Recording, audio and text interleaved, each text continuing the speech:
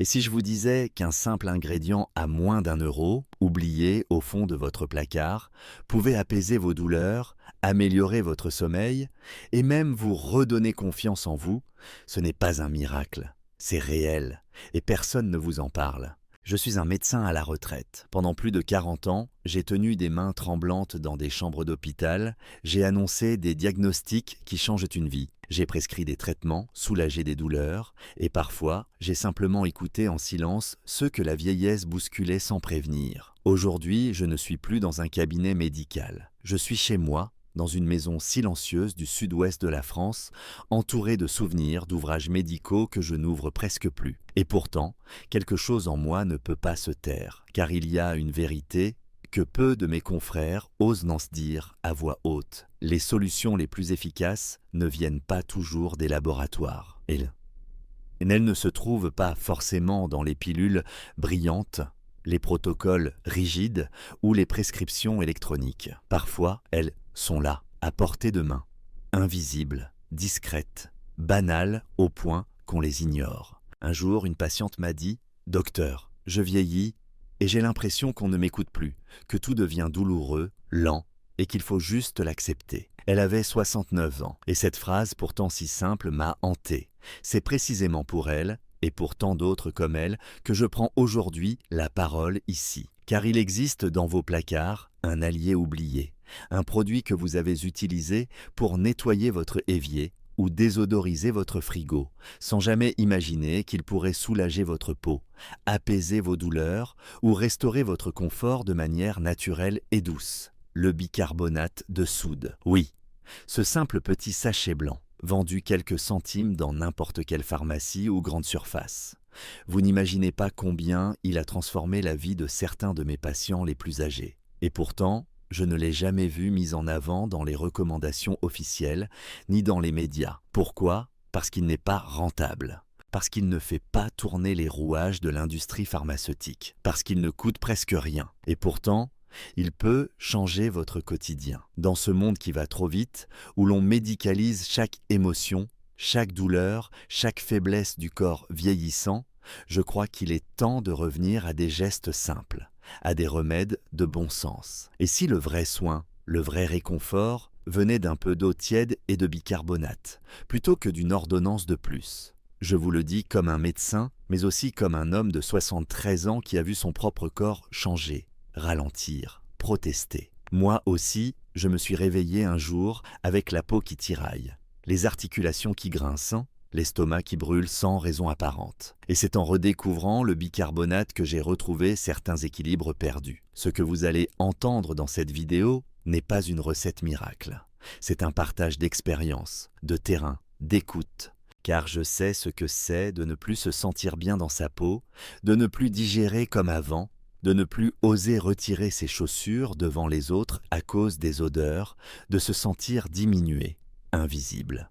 Je le sais et je vous promets une chose, vous pouvez retrouver du confort et même de la joie avec des gestes simples. Alors restez avec moi jusqu'au bout de cette vidéo, car ce que vous allez apprendre pourrait bien transformer votre manière de traverser l'âge, non pas en le subissant, mais en l'accompagnant avec respect, douceur et intelligence. Avant de continuer, je vous demande une petite chose. Si ce que je dis résonne en vous, si vous sentez que ce canal mérite d'exister pour défendre une médecine plus humaine, plus naturelle, alors abonnez-vous à cette chaîne.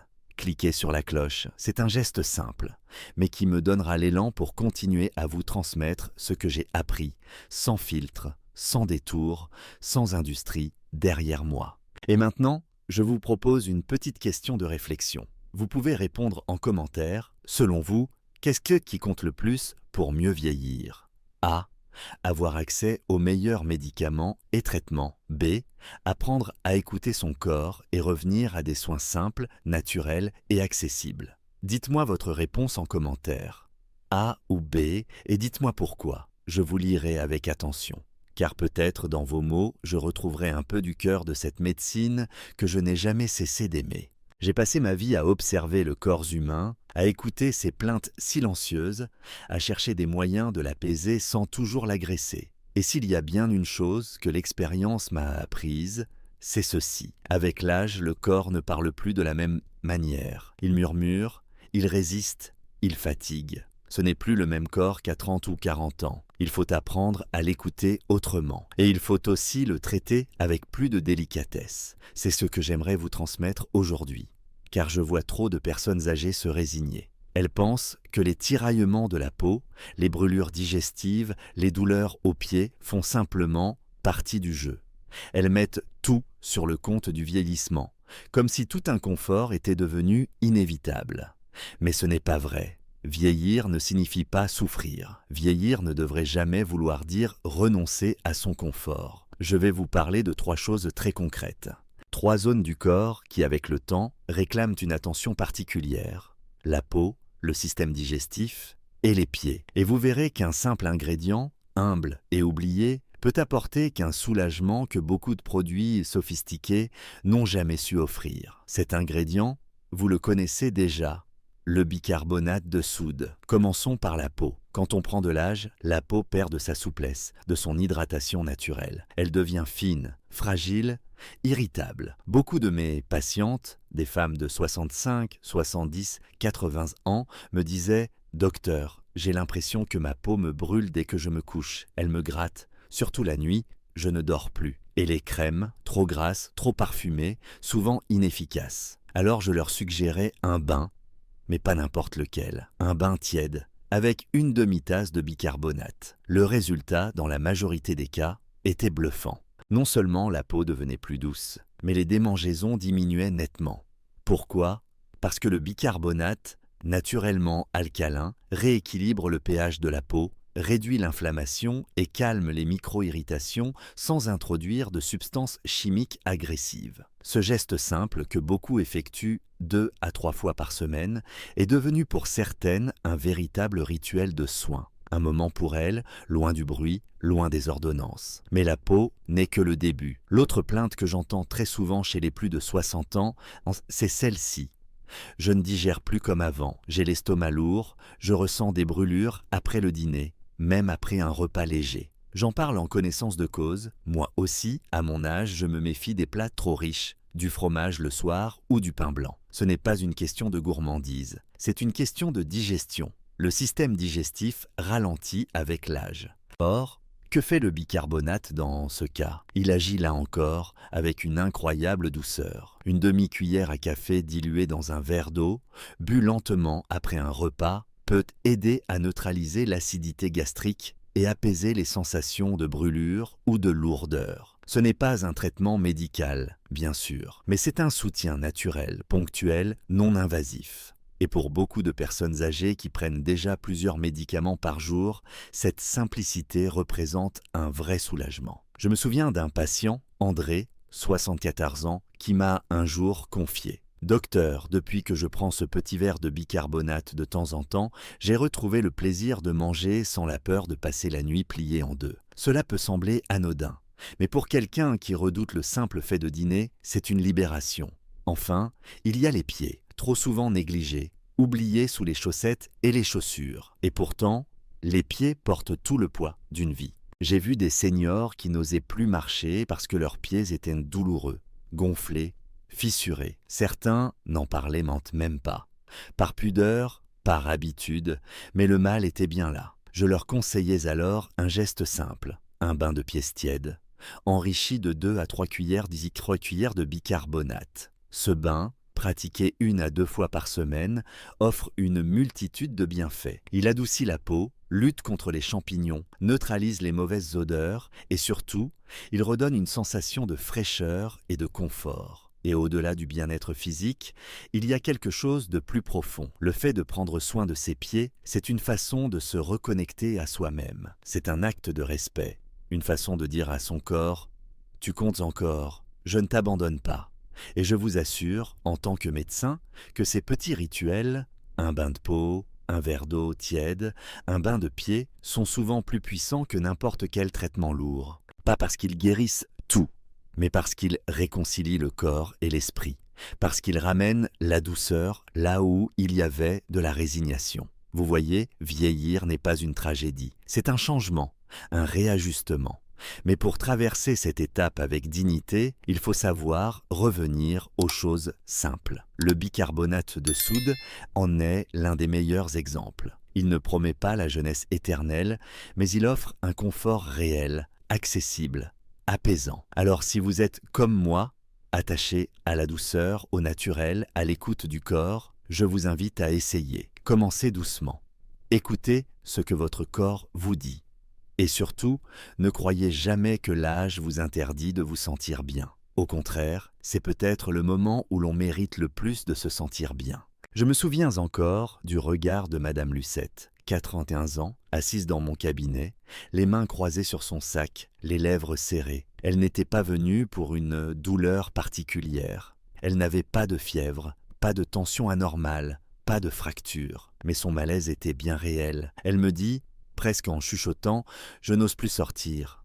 Je n'ose plus parler, trop près des gens. Depuis que j'ai ce dentier, j'ai l'impression de ne plus être moi. Il me gêne, il sent mauvais, et je me sens vieille. » Cette phrase m'a marqué, parce qu'elle résumait quelque chose que peu osent formuler. Ce n'est pas tant la maladie parfois qui pèse le plus lourd, c'est la perte de confiance, le sentiment de ne plus maîtriser son corps, d'être trahi par ces objets censés nous aider. J'ai passé 40 années à soigner, à accompagner. Et si j'ai bien appris une chose, c'est que les petits détails du quotidien, ce qu'on ne mentionne pas dans les manuels, sont souvent ceux qui affectent le plus profondément la dignité d'une personne âgée. Une haleine gênante, un dentier mal nettoyé, une gêne au moment de rire ou de parler. Et le pire, c'est que ces situations sont souvent évitables. Je lui ai parlé du bicarbonate de soude. Je lui ai expliqué, comme je vais vous l'expliquer aujourd'hui, qu'il existe un moyen simple, naturel, non agressif de prendre soin de sa bouche, de ses appareils,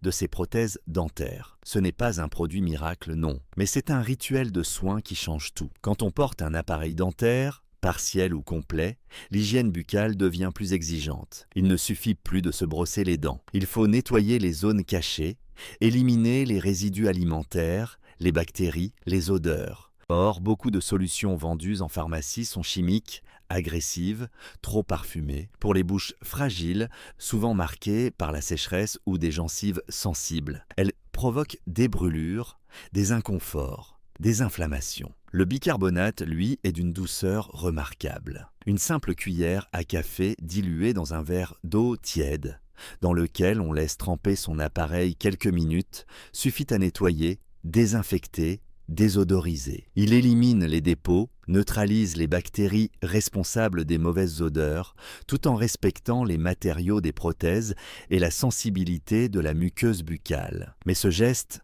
en apparence technique, est en réalité profondément symbolique. Il marque un moment d'attention, de soin envers soi. Ce n'est pas une contrainte, c'est une reconnexion à son propre corps, une manière de reprendre le contrôle.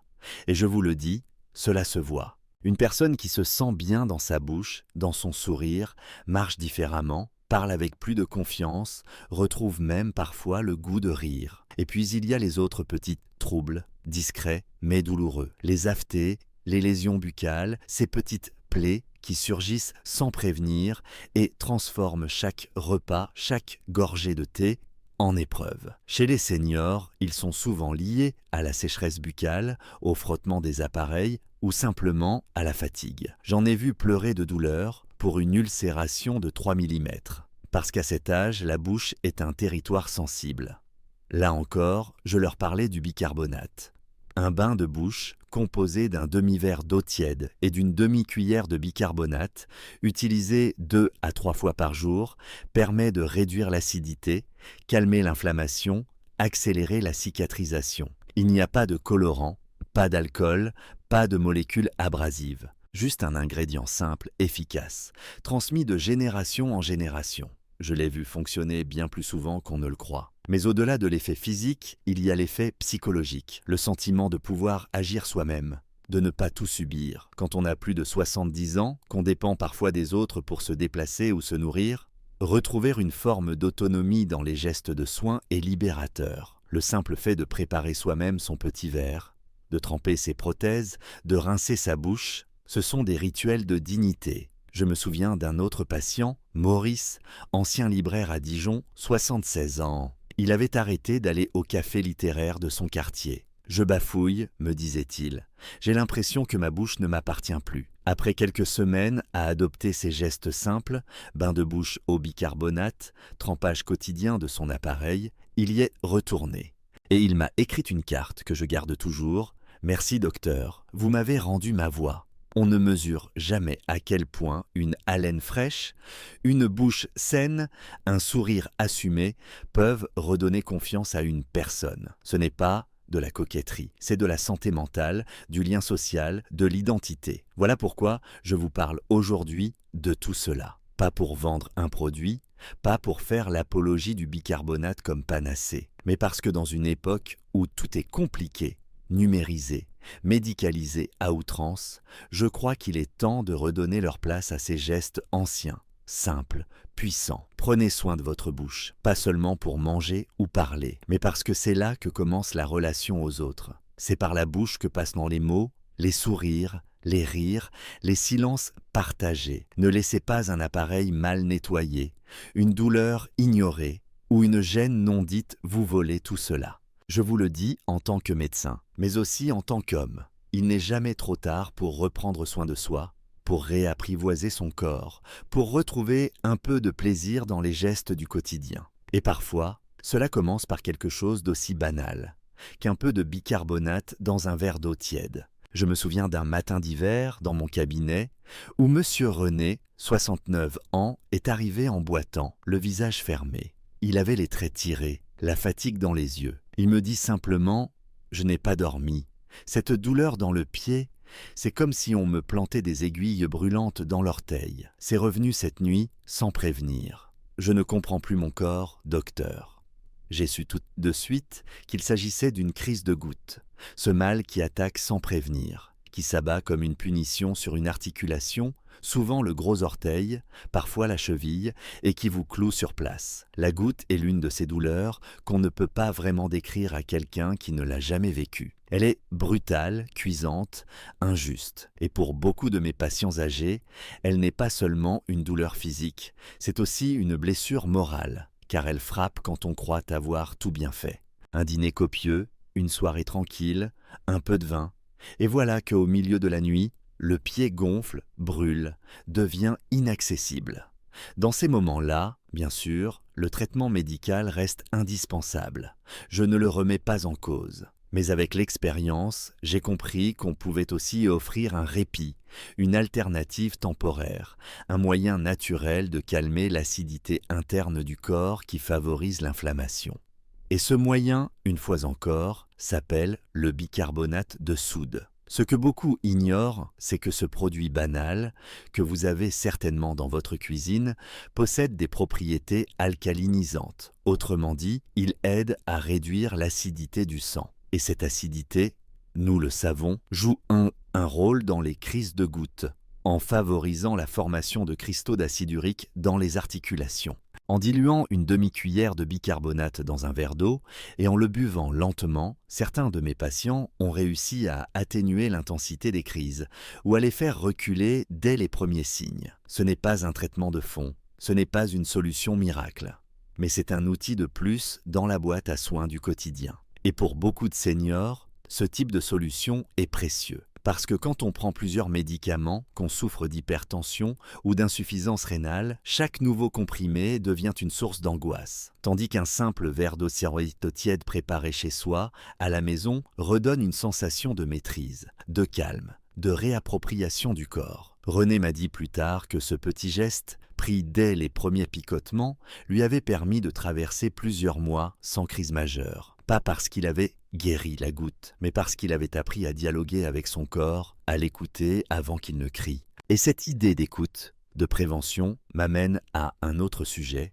plus intime, souvent tabou, l'inconfort urinaire chez les personnes âgées et en particulier chez les femmes, une gêne à la miction, une sensation de brûlure, l'envie d'aller aux toilettes trop fréquente, parfois pressante, parfois douloureuse. Combien de femmes m'ont avoué, les larmes aux yeux, qu'elles n'osaient plus sortir trop longtemps, de peur de ne pas trouver de toilette à temps? Combien m'ont parlé de leur sommeil haché, de leur intimité affectée, de leur fatigue morale face à ce symptôme persistant, souvent mal compris? Là aussi, le bicarbonate peut offrir une aide douce, transitoire, réconfortante. Car une partie de ces brûlures provient de l'acidité de l'urine, qui irrite une muqueuse déjà fragilisée. En buvant un grand verre d'eau dans lequel on a dilué une demi-cuillère de bicarbonate, on peut temporairement réduire cette acidité, apaiser l'inflammation et rendre l'émiction moins douloureuse. Ce n'est pas un antibiotique, ce n'est pas un traitement contre une infection. Mais c'est un geste de secours, une manière de traverser l'attente avant le rendez-vous médical ou de soulager une gêne passagère. Je me souviens de Jeanne, 75 ans, veuve, très discrète. Elle n'osait pas m'en parler au début. Puis un jour, elle m'a dit « J'ai l'impression que mon corps est devenu mon ennemi. » Rien ne pouvait me faire plus de peine. Alors je lui ai parlé calmement de cette astuce. Elle l'a essayée. Et quelques semaines plus tard, elle est revenue avec un sourire. Elle n'avait plus cette peur constante. Ce n'était pas une guérison. C'était une réconciliation. Et c'est bien cela, le cœur de ce que je vous transmets aujourd'hui. Ces gestes, aussi simples soient-ils, ne sont pas seulement des solutions physiques. Ils sont des ponts entre le corps et l'esprit. Ils permettent de dire « J'ai encore une prise sur ce qui m'arrive. Je ne suis pas totalement dépendant. Je peux m'écouter, me soigner, me comprendre. Je suis médecin, mais je suis aussi un vieil homme. Et je sais combien les douleurs silencieuses, les gênes que l'on n'ose pas nommer, peuvent abîmer l'âme autant que le corps. Ce que je vous propose ici, ce ne sont pas des formules miracles. Ce sont des clés d'autonomie, des sources de soulagement, des actes de bienveillance envers vous-même. La goutte, les brûlures urinaires, ce sont des réalités. Mais elles ne doivent pas devenir des fatalités. Il existe des manières douces de les traverser. Et parfois, cela commence par ce qu'on croyait anodin. Une pincée de poudre blanche dans un verre d'eau. N'attendez pas que votre corps crie pour l'écouter, car souvent, il murmure longtemps avant, et c'est dans ces murmures que naissent les vrais soins. Lorsque j'étais encore en activité, je disais souvent à mes étudiants en médecine, « Ce que nous prescrivons n'est pas toujours ce qui guérit. Parfois, ce qui apaise vraiment vient d'ailleurs. » Et avec les années, j'ai compris qu'il ne s'agissait pas simplement de traiter des symptômes, mais de redonner aux gens la capacité de se sentir vivants, utiles, écoutés. Aujourd'hui, à 73 ans, alors que je suis moi-même dans cette tranche d'âge qu'on appelle si pudiquement le troisième âge, je me rends compte d'une chose essentielle. Ce n'est pas la douleur qui fait le plus souffrir en vieillissant, c'est l'impression que plus rien ne peut changer. L'impression que tout ce que l'on peut espérer, c'est de ralentir la dégradation. Jamais de retrouver du mieux. Mais c'est faux, je l'ai vu dans le regard de ceux qui reprenaient goût à des choses simples, dans les gestes doux qui redeviennent importants, dans la paix retrouvée à travers un soin humble, presque oublié, comme un bain de pied, une gorgée d'eau alcaline, un rinçage de bouche au bicarbonate. Ce n'est pas spectaculaire, mais c'est là, dans ces petits rituels silencieux, que réside souvent la véritable dignité. Le bicarbonate de soude, que j'ai évoqué tout au long de mes derniers partages, n'est pas un médicament au sens classique. C'est un compagnon discret, une sorte de témoin silencieux de la médecine d'autrefois, celle des grands-mères, des rebouteux, des soignants sans ordonnance. Et pourtant, il soulage, il soutient, il accompagne. Mais ce n'est pas tant le bicarbonate que je défends ici. Ce que je veux transmettre, c'est une philosophie du soin. Un art de vieillir avec simplicité, avec bon sens, avec humanité. Nous vivons dans une époque où tout va vite, où tout est mesuré, normé, emballé dans des boîtes colorées avec des promesses marketing. On vous vend des crèmes à 80 €, des compléments exotiques, des appareils technologiques censés rajeunir votre corps. Mais à quoi bon tout cela si l'on oublie l'essentiel ? L'essentiel, c'est ce que j'ai vu chez Claire, 85 ans, qui me disait en riant qu'elle n'avait plus peur d'enlever ses chaussures chez sa fille depuis qu'elle faisait régulièrement des bains de pieds au bicarbonate. L'essentiel, c'est Jacques, 78 ans, qui avait retrouvé le plaisir de parler avec ses petits-enfants grâce à un simple bain de bouche naturel. L'essentiel, c'est cette capacité que chacun d'eux avait retrouvée à prendre soin d'eux-mêmes, à leur rythme, sans attendre qu'on leur dise quoi faire. Vieillir, ce n'est pas abandonner le contrôle. C'est le reprendre autrement. C'est accepter que le corps change, mais ne pas renoncer à le traiter avec égard. C'est cesser de courir après la jeunesse, mais rechercher la qualité du présent. Et le bicarbonate, dans tout cela, devient un symbole puissant. Celui de la sobriété retrouvée, du geste intentionnel, du soin doux et accessible. Il ne coûte presque rien, il ne fait pas de bruit, il ne prétend pas tout soigner. Mais il s'inscrit dans un rapport intime au corps, un retour à ce que j'appelle volontiers la médecine du quotidien. Celle qui ne cherche pas à faire disparaître l'âge, mais à le traverser avec plus de confort, plus de respect. Je vous invite, sincèrement, à ne pas voir dans tout ce que je vous ai partagé une simple liste de recettes. Voyez-y une invitation à ralentir, à écouter ce que votre corps murmure, à observer ce qui vous fait du bien, sans attendre une ordonnance pour le faire. Les bains, les rinçages, les gestes simples.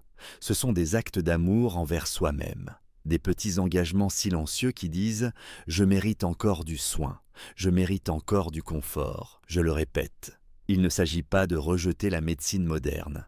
Elle est précieuse, elle sauve des vies, mais elle est parfois trop lointaine, trop froide, trop rapide. Et dans l'entre-deux, entre la santé parfaite et la maladie avérée, il existe un espace. C'est dans cet espace que le bicarbonate agit. C'est là qu'il devient utile, accueillant, rassurant. Je ne vous promets pas une jeunesse retrouvée. Je ne vous promets pas la fin de toutes vos douleurs. Mais je vous promets que vous pouvez encore faire quelque chose. Vous pouvez encore être acteur de votre santé. Vous pouvez encore choisir, chaque jour, de poser un geste qui vous soulage, vous apaise, vous reconnecte à vous-même. Et si, demain, vous croisez cette petite boîte de bicarbonate au fond d'un placard, je vous invite à ne plus la voir comme un simple produit ménager. Voyez-la comme un rappel, le rappel que la vie n'est pas finie, que chaque jour, aussi ordinaire soit-il, peut contenir une occasion de prendre soin de soi. Que vieillir n'est pas une chute, mais un apprentissage nouveau, un chemin vers une forme de sagesse corporelle. Je suis médecin, oui, mais aujourd'hui, je suis surtout un homme âgé qui regarde son propre corps avec tendresse. Et je vous tends la main, à travers ces mots, pour vous dire « il n'est jamais trop tard pour recommencer à s'aimer un peu, même doucement, même avec du bicarbonate ». À l'heure où le monde tourne de plus en plus vite, où tout se mesure en résultats immédiats, en technologie dernier cri, une solution médicale de plus en plus complexe, j'ai voulu, en tant que médecin à la retraite, prendre le contre-pied. J'ai voulu parler du simple, du concret, du vrai. Parce qu'au fond, ce qui soigne vraiment n'est pas toujours visible sur une ordonnance. Ce sont parfois les gestes du quotidien, les attentions silencieuses, les remèdes oubliés. Et le fait de croire, encore, que le soin n'a pas d'âge, ni de prix. Tout au long de ce partage, je vous ai parlé d'un produit modeste, le bicarbonate de soude, non pas pour le vendre ou en faire une panacée, mais pour vous montrer qu'il incarne une vérité plus vaste, celle que nous avons tous à portée de main, les moyens de nous apaiser, de nous soulager, de nous réconcilier avec notre corps. Un bain de pied, un rinçage buccal, une gorgée d'eau alcaline. Ces petits gestes ne paient pas de mine, mais ils restaurent en quelque chose de fondamental, la dignité du soin personnel. J'ai vu tant de patients se sentir inutiles, oubliés, mis de côté. Pas parce qu'ils étaient malades, mais parce qu'ils avaient le sentiment qu'on ne leur accordait plus l'attention qu'ils méritaient. J'ai vu dans leur regard le poids du silence, de la gêne, de la résignation. Et parfois, un simple échange, une astuce naturelle, un conseil non médicalisé suffisait à rallumer une étincelle. Parce que ce n'est pas seulement le corps qu'il faut soigner, c'est aussi le rapport que nous entretenons avec lui. Ce que je vous invite à faire aujourd'hui, ce n'est pas de tout changer, ce n'est pas de rejeter la médecine moderne, c'est simplement d'ouvrir un espace dans votre quotidien pour ces rituels de douceur, de retrouver confiance en vous, en vos ressentis, en votre capacité à prendre soin de vous-même, de ne pas attendre d'être malade pour vous écouter, et si vous êtes proche d'une personne âgée, un parent, un voisin, un conjoint, parlez-lui de cela. Pas du bicarbonate, mais de ce qu'il représente, le droit de continuer à être acteur de sa santé, même à un âge avancé. Le droit de dire « je compte encore », car vieillir n'est pas une chute. C'est un passage, un temps pour ralentir, certes, mais aussi pour se retrouver, se respecter, se comprendre. Et dans ce chemin, chaque petit geste compte. Chaque bienfait partagé, aussi simple soit-il, est une victoire sur l'indifférence. La grande leçon que j'aimerais vous laisser est celle-ci. Il est possible, à tout âge, de reprendre en main une part de son bien-être. Ce n'est pas une question de moyens, c'est une question d'attention, de volonté douce et de bienveillance envers soi-même. Prenez le temps de vous écouter, de ralentir, de poser une main sur votre propre épaule, métaphoriquement ou littéralement, et de vous dire « je mérite encore du soin ». Et vous, selon vous, quel petit geste du quotidien vous apporte du réconfort ou vous permet de mieux vieillir? Partagez-le avec nous en commentaire. Cela pourra peut-être inspirer d'autres personnes qui traversent que les mêmes étapes que vous. Si ce contenu vous a touché, aidé, éclairé, je vous invite chaleureusement à vous abonner à la chaîne. Cela m'encouragera, malgré mon âge et mes limites, à continuer à vous transmettre les connaissances que j'ai accumulées tout au long de ma vie. Et si vous le pouvez, même symboliquement, vous pouvez aussi faire un petit don pour soutenir ce travail. Chaque contribution, même minime, est un message d'encouragement pour moi. Je ne cherche ni gloire, ni profit, mais simplement à continuer à faire ma part, à ma manière, pour une société plus douce, plus humaine, plus solidaire. Merci d'avoir pris ce moment avec moi. Prenez soin de vous, toujours.